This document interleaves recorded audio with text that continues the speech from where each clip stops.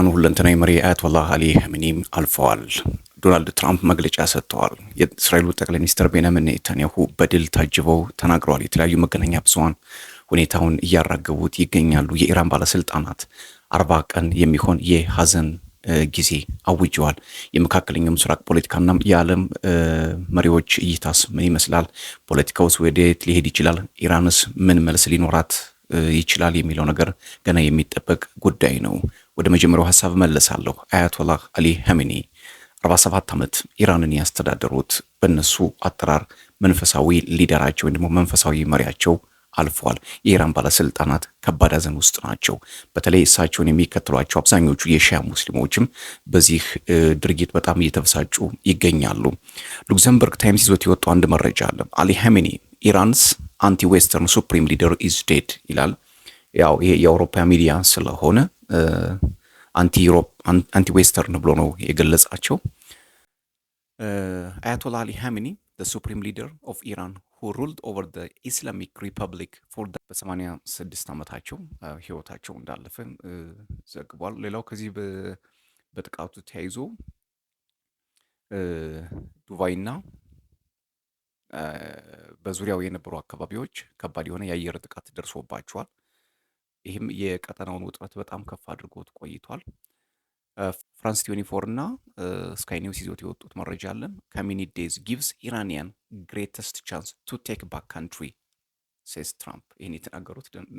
ይህን የተናገሩት ዶናልድ ትራምፕ ናቸው። የአያቶላህ አሊ ኻሜኒ መገደል ኢራናውያን ሀገራቸው መልሰው እንዲገነቡ ያደርጋቸዋል ብለዋል። እንግዲህ ይሄን ወደፊት የምናየው ጉዳይ ነው የሚሆነው።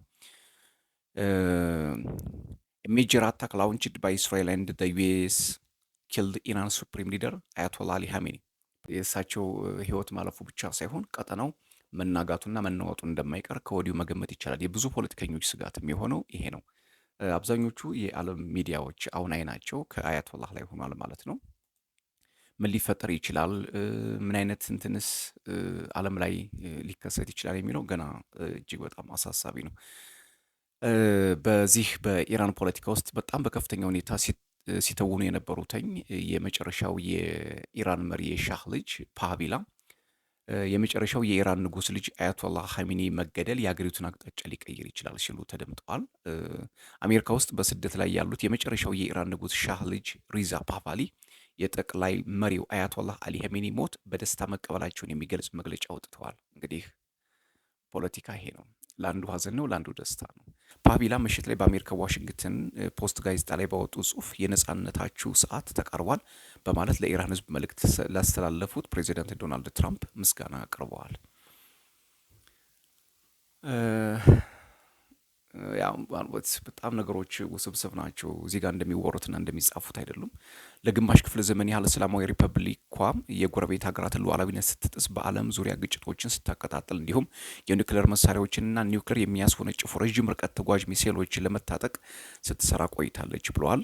የእስላማዊ ሪፐብሊክ እጅግ አስከፊ ወንጀሎች የተፈጸሙት ግን አገር ውስጥ ነው ሲሉ ጽፈዋል። ሬዛ ፓህቢላ ማለት ነው። ትራምፕ ኢራን አሜሪካን ወይንም እስራኤልን የምታጠቃ ከሆነ ከዚህ ቀደም ታይቶ በማይታወቅ ኃይል ትመታለች ሲሉ ዳግም ማስጠንቀቂያ ሰጥተዋል። ከዚህ ጥቃት በኋላ እንግዲህ በርካቶች የራሳቸውን አስተያየት እያስቀመጡ ነው። የኢራን እስላማዊ ዘብ ዋና አዛዥ ሞሐመድ ፓክቱር እና የኢራን መከላከያ ምክር ቤት ጸሐፊ አሊ ኻሜኒ አሜሪካና እስራኤል በፈጸሙት ጥቃት መገደላቸውን ገልጸዋል። ቀጠናዊ ቀውስ ሊፈጠር እንደሚችል መገመት ይቻላል። ይህ ከመረጋገጡ አስቀድሞ የእስራኤል መከላከያ ሰራዊት ፓክቱርና ሻህን ጨምሮ በተፈጸመው ጥቃት ተገድሏል ያላቸውን 7 የኢራን የደህንነት አመራሮች ስም ዝርዝር ይፋ አድርጎ ነበር። አሁን ግን አብዮታዊ ዘብ ዋና አዛዡ በሕይወት አሉ የሚል መረጃም ወጥቷል። እንግዲህ ደስታና ሀዘን የተቀላቀለበት የአያቶላህ አሊ ግድያም በዓለም ላይ ምን ይመስላል የሚለው ነው። የኢራኑ አያቶላህ አሊ ኻሜኒ መገደላቸው ይፋ ከተደረገ በኋላ አንዳንድ ኢራናውያን ደስታቸውን እየገለጹ ነው። ትናንት አሜሪካና እስራኤል በከፈቱት ጥቃት አያቶላህ አሊ ኻሜኒ መገደላቸው ከተረጋገጠ በኋላ በአንዳንድ የኢራን ከተሞች ህዝብ በአደባባይ ደስታውን ሲገልጽ እንደነበር የቢቢሲ መረጃም ስካይ ኒውስ፣ አልጀዚራ አረጋግጠዋል። ዛሬ እሁድ ጠዋት የወጡ ምስሎች ደግሞ በአያቶላህ አሊ ኻሜኒ ግድያም ሀዘናቸውን የሚገልጹ ሰዎችም በርከት ብለዋለኝ። በማዕከላዊ ኢራን ኢስፋሃን ግዛት ነዋሪዎች ደስታቸውን እየገለጹ ነው። በሌላ ከተማ ደግሞ ርችት የሚተኩሱ ሰዎች ቪዲዮ እየለቀቁ ታይተዋል። እንግዲህ ያው አያቶላህ አሊ ኸሜኒ በብዛት ለበርካታ ዓመታት ኢራንን መርተዋል። ኢራን የሚፈለገውን ለውጥ አላመጣችም። ወደ ኋላ ቀርታለች። እንዳላት ሀብት፣ እንዳላት ኃይል፣ እንዳላት ሪሶርስ እና የቴክኖሎጂ አቅም የሚጠበቅባትና የሚፈለገውን ለውጥ ለኢራን ሕዝብ አልሰጠችም የሚል ነው። በተለይ ደግሞ በባለፈው ታህሳስ 28 2025 የተነሳው ትልቁ ተቃውሞ ምንድን ነው? የባዛር ነጋዴዎቹ ያለው የኢኮኖሚ መውደቅ ለነውጡ ምክንያት ነው። ነገር ግን ነውጡን ተከትሎ የተከሰተ ፖለቲካዊ ጥያቄ ነበር።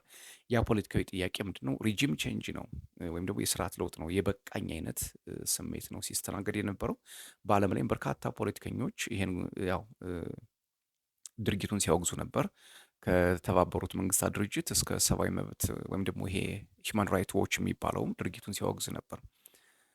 አያቶላህ አሊ ኸሜኒ እንግዲህ ህይወታቸው ማለፉን ተከትሎ እዚህ ቀደም እንደነገርኳችሁ 40 ቀናት የሚሆን የሀዘን ቀን ታውጇል። መሪው እስራኤልና አሜሪካ ቅዳሜ ዕለት ቴህራን ውስጥ በፈጸሙ ጥቃት ነው ህይወታቸው ያለፈው። የቢቢሲ መግለጫ እንደሚያሳየው ባለሙያዎችና የሃይማኖት መሪዎች ምክር ቤት የሆነው የአመራር ጉባኤ በአስቸኳይ የተገደሉት መሪ የሚተካ ሰው ይሾማል ተብሎም እየተጠበቀ ነው። ማን እንደሚሾም ግን እስካሁን ድረስ አልታወቀም። የሀገሪቱ ፕሬዚዳንትና ሌሎች 2 ከፍተኛ ባለስልጣናት በቀጣይ የሚደረገውን የመሪ ሽግግርም እንደሚመሩ ታውቋል። የኢራን ፖለቲካ ይህን አስቀድሞ በሁሉም የኢራን ከተሞች የአስተዳደር ክፍተት እንዳይፈጠር ቀዳዳዎችን ደፈኛለሁ ሲል ከዚህ በፊት መግለጫ አውጥቷል።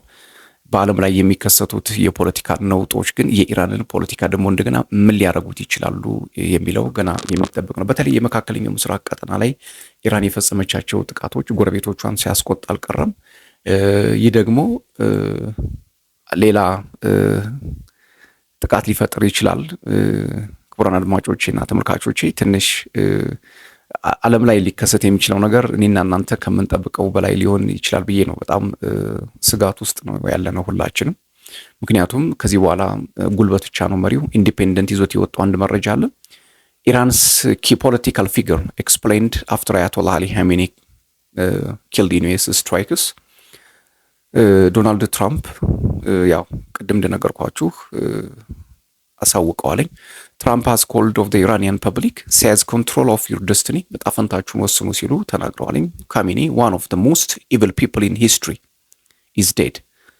እንግዲህ በታሪክና በምድር ላይ ትልቁ ሰይጣን አሊ ኸሜኒ ሙቷል ይላል የዶናልድ ትራምፕ መግለጫ። ይሄን የጻፉትኝ እሳቸው ናቸው።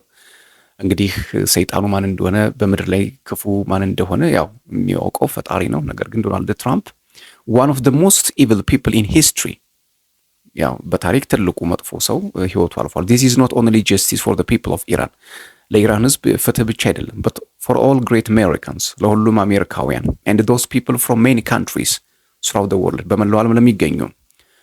ትልቁ ጥያቄ ምንድነው? የእሳቸው በሞት አይደለም፣ ከእሳቸው በኋላ የሚመጣው ዳፋ ነው ትልቁ ጥያቄ። ምክንያቱም በኢራን ፖለቲካ ውስጥ በጣም ተጽዕኖ ያላቸው መሪ ናቸው። በብዙ የሺያ ሙስሊሞች፣ በመላው ዓለም ባሉ የሺያ ሙስሊሞች በጣም ተሰሚነት ያላቸው ሰው ናቸው። ሰው ምን ሊከሰት ይችላል ነው።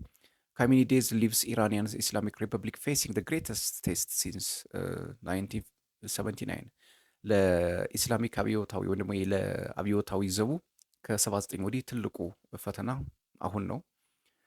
ሂዝ ላይፍ ዋዝ ዶሚኔትድ ባይ ዘ ዶክትሪን ኦፍ ኢስላሚክ ሪቮሉሽን ኤንድ ድራይቨን ባይ ዘ ቢሊፍ ኦፍ ዘ ዴዝ ኦፍ አሜሪካ ቱ ዴዝ ቱ እስራኤል። እንግዲህ እሳቸው መፈክራቸው ይታወቃሉ። ኻሜኒ ዴዝ ቱ እስራኤል ኤንድ ዴዝ ቱ አሜሪካ ነው የሚሉትኝ። ለአሜሪካና ለእስራኤል ሞት በሚል መፈክራቸው ይታወቃሉ። አሁን የመካከለኛው ምስራቅ እና የገልፍ ሀገራት ፖለቲካ መስመሩን ስቷል። ሌላው አስገራሚ አንድ መረጃ የወጣው ምንድን ነው? ያው እንደሚታወቀው ሳውዲና ኢራን ከዚህ በፊት በጣም ተቃርኖ ውስጥ የገቡ ሀገራት እንደሆኑ ይታወቃል። አሁን ጀሩሳሌም ፖስት ይዞት የወጣው መረጃ ምን ይላል? ሳውዲ አረቢያ ኤንድ እስራኤል ፑሽድ ትራምፕ ቱ ስትራይክ ኢራን ፎር ዊክስ ቢፎር ኦፕሬሽን ኤፒክ ፈሪ ሪፖርት። አንድ ሪፖርት ነው የወጣው። ከዚህ በፊት ታስታውሱ ከሆነ ከቢን ሰልማን ጋር ከፍተኛ የሆነ ወዳጅነት ፈጥሮ ነበር ዶናልድ ትራምፕ እና በድብቅ ፑሽ ያደረጉት ነበር ሳውዲ ማለት ነው። ፕራይም ሚኒስትር ቤንጃሚን ኔታንያሁ ፐብሊካሊ ፑሽድ ፎር ስትራይክ አጌንስት ኢራን ዋይል ሳውዲ አረቢያ ሮል አፒርድ ሞር ኮምፕሌክስ። በግልጽ በቃ ጥቃቱ እንዲፈጸም ከባድ የሆነ ተሳትፎ ነበራቸው።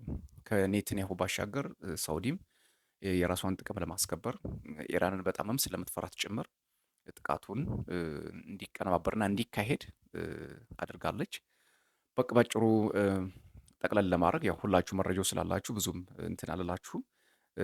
ምንድን ነው ሊሆን የሚችለው የሚለው ነው የምንነጋገርበት በዋናነት። ከዚህ በኋላስ ኢራን ያን ያክል እኛ ኢራናውያንን እኛ ማንም አይነካንም አንንበረከክም ሲሉት የነበሩት ኢራናውያን አሁን የሚፈተኑበት ሰዓት ደርሷል። የእስራኤሉ ጠቅላይ ሚኒስትር ቤንያሚን ኔታንያሁ ወዲያው ነው መግለጫ የሰጡትኝ፣ ግን ጥርጣሬ ስለነበር ነው። ኦፍኮርስ ከዚህ በፊት በነበረው ቪዲዮ ቀድሜ ሰርቼላችኋለሁ። እየገባችሁ ቼክ ማድረግ ትችላላችሁ። ኮሜንት ማድርጉበት። ዓለም ወዴት ልትሄድ ትችላለች? ከዚህ በኋላ የኢራን ዕጣ ፈንታ ምን ሊሆን ይችላል የሚለውን በጋራ የምናየው ነው የሚሆነው።